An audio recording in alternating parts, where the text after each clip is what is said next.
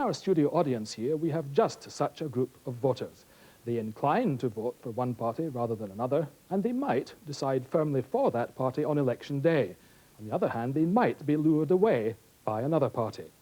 What we are going to try to do tonight is see how their concerns are tackled by the politicians and how they might finally vote on election day. In our special inquiry poll, we've attempted to identify what those obstacles are and work out which are the most important. First, we asked the weak supporters in our poll what were the main obstacles to voting Liberal Democrat. Many were cited, but the top 3 reasons were that the Liberal Democrats were not experienced enough in government, which concerned 49%. That voting Liberal Democrat would be a wasted vote because they can't win, which 43% was a main obstacle. And Paddy Ashdown would not make a good Prime Minister, which was a big problem for 17%. And the concern that the Liberal Democrats would not manage the economy well was a major obstacle for 15%. Well, Des Wilson, our poll tells us that people are reluctant to vote Liberal Democrat because of your inexperience and because they feel that it will be a wasted vote if they vote Lib Dem. In other words, they feel they won't achieve anything by voting for you because you can't form a government. But it strikes me you could solve both those problems at a stroke if you said, look, we're not campaigning to get power for ourselves, we're campaigning to get a hung parliament which would force a coalition which would bring in lots of jolly good measures for the benefit of everyone. Now, why don't you just openly come out and say that? We've made it clear that we're willing to work with other people in the interests of the country. It's the other parties that are saying that they won't do that. Let's be quite clear. We are willing to work with others in the interests of the country. But let me make this point. You said that a Liberal Democrat vote will not be an effective vote. Well, that's what some of the voters feel. A Liberal Democrat vote in Ribble Valley got rid of the poll tax. A Liberal Democrat vote in Eastbourne got rid of Mrs. Thatcher. In this general election, we enter as the main challenger in 256 seats. In those seats, we are the only party that is likely to get rid of the sitting MP. What I would urge people to do, first of all, is consider what the position is in their own constituency. Don't take any notice of the opinion polls nationally. Ask yourself, what will my vote do where I live? And the answer is that in 225 seats, we lie second and are challenging the Conservatives. If you want this government out, we are not the wasted vote.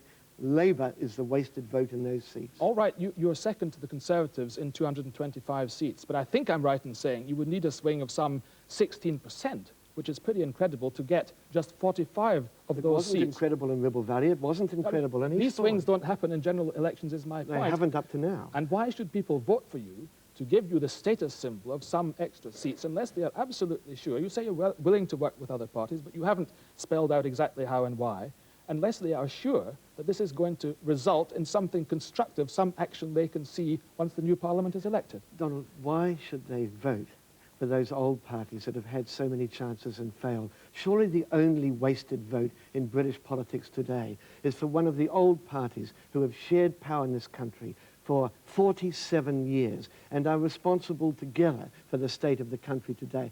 There is a second point to make. Any vote in British politics is wasted if it will not only change the government, but also change the system of government. The other parties won't do that. If you vote for either of them, you end up with a Conservative or Labour government doing exactly as they've done before with the same system they've run before. What we need in this country is real change. Yes, but when you say that a vote for the old parties is wasted, it's not really, as far as the voters out there in the country and our floating voters here are concerned, not perhaps as much of a wasted vote as voting for you. For example, why does Paddy Ashdown and Alan Beath go on about how you're going to put a penny up in the income tax to pay for extra expenditure on education when everyone knows you're not going to be the government and that kind of policy isn't going to be implemented? Unless we make clear what we stand for, of course people will be doubtful. That's why some people now are saying they like us, but they're not sure whether they'll vote for us.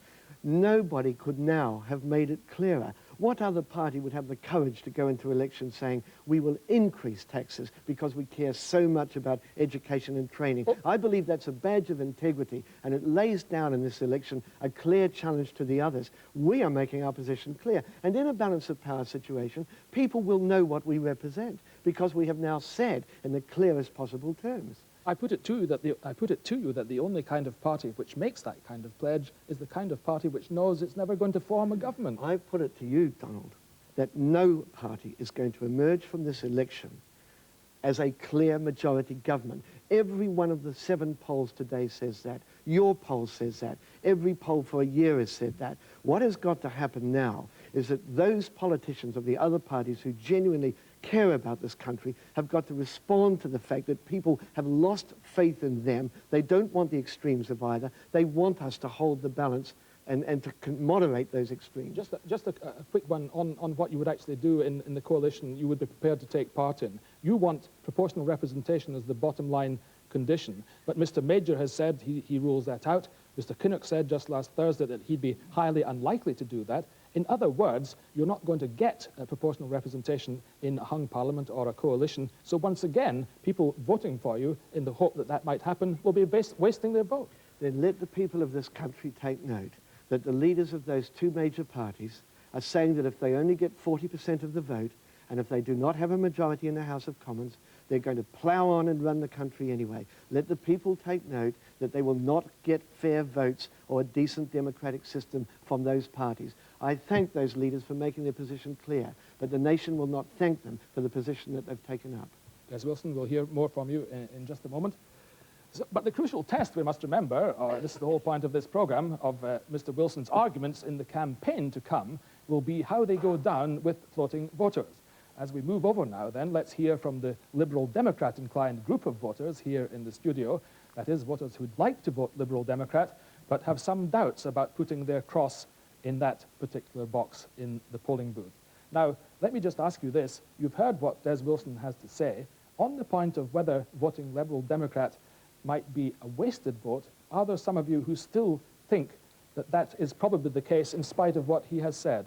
Edwin, feel it's still a wasted vote? Yes, why is that? It's just that I personally want to be convinced that voting Lib Dem is not a wasted vote. As an individual, you know, not the generalisations, just as an individual, stand up and say to me why my vote isn't wasted. Well, Mr. Wilson says that the electors of Ribble Valley got the poll tax done away with. I'm sorry, but I'm in London. All right, and why do you think it's still a wasted vote? I agree. I just feel I want to vote, and I just don't want to waste it, you know, and I don't want to be swayed to another side when I think that I know I want to vote Liberal. So I'm just like confused, totally confused. I just need to be really convinced. Anyone else who feels that a Lib Dem vote is still a wasted one? In the area there are. Yes? It's very strong Labour, and there's no way it will change to Lib Dem. So my vote would be wasted, I believe, although I would like to vote Liberal.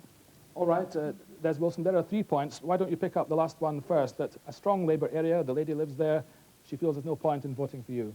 Can I say firstly that no vote is ever wasted if it is a vote for what you believe in, if it is vote for people and the party that you believe in. That is not a wasted vote. It is making clear that the old parties simply can't go on running the country down in the way they are. That is an important vote. Quite clearly, I understand that people in some constituencies will look at the arithmetic and make their own decision as to how best to use their vote. But I do believe that if you passionately feel that the other parties are failing this country, then your vote is important in saying just that. Donald, you didn't give me the opportunity to reply to the point about inexperience. I would just make 2 points about that. First of all, if we are going for a party that has experience of government, you are virtually saying that you want a one-party government, because of course Mr. Kinnock has no experience of governing the country. The Labour Party has no experience of governing the country apart from a few individuals.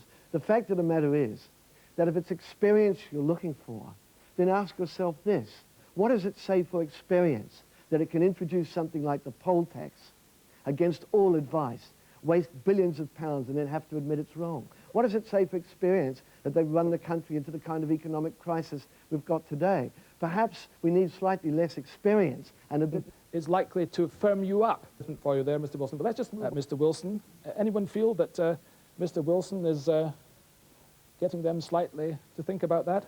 that represents